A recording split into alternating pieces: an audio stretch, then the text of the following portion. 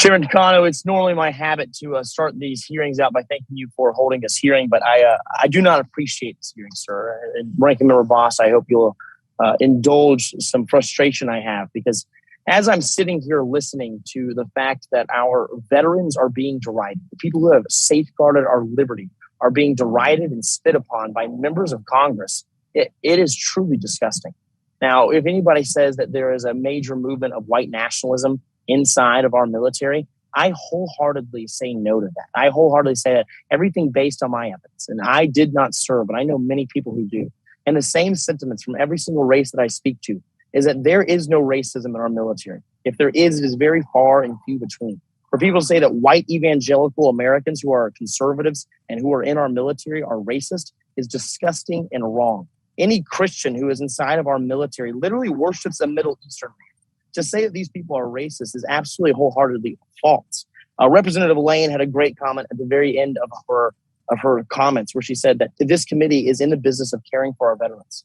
But I do not believe that this committee hearing that we're having today, where we are trying to paint every single veteran as if they are some kind of extremist, is right.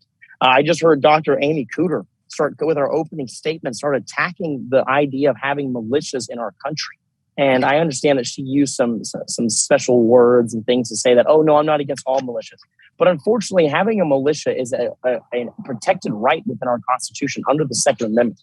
And I believe it is disgusting to say that there is extremism and that we need to root out extremists inside of our military, inside of our veterans.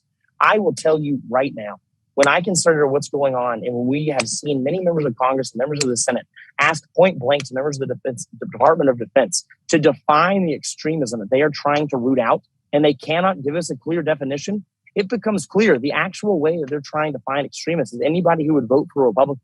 The only extremism I am aware of that exists in a large manner inside of our military is an extreme level of patriotism.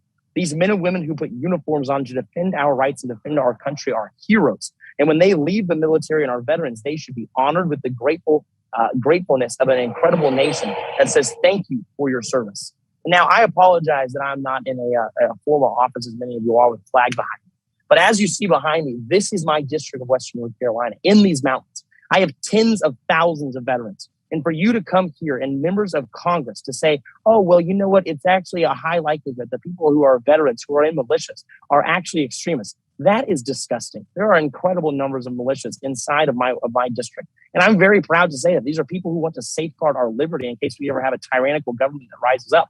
And my friends, I am disgusted and saddened to see that we have members of Congress deriding veterans. You should all be ashamed of yourself. Dr. Cooter, I would like to point a question to you. Are you anti-militia? Mr. Cawthorn, I believe that you actually missed all of our opening statements, and I would encourage you to review the film on that, because if you would have heard me, you would have heard me say that I've been a gun owner since I was 21. I grew up in the foothills of Appalachia, and I have very close personal contacts with members with militia members across the country. I'm frequently accused of being a militia apologist because I actually try to focus very frequently on how many of them are law-abiding folks. But the focus today is on that extreme element and the potential danger that that extreme faction specifically can pose to our veterans and to our country.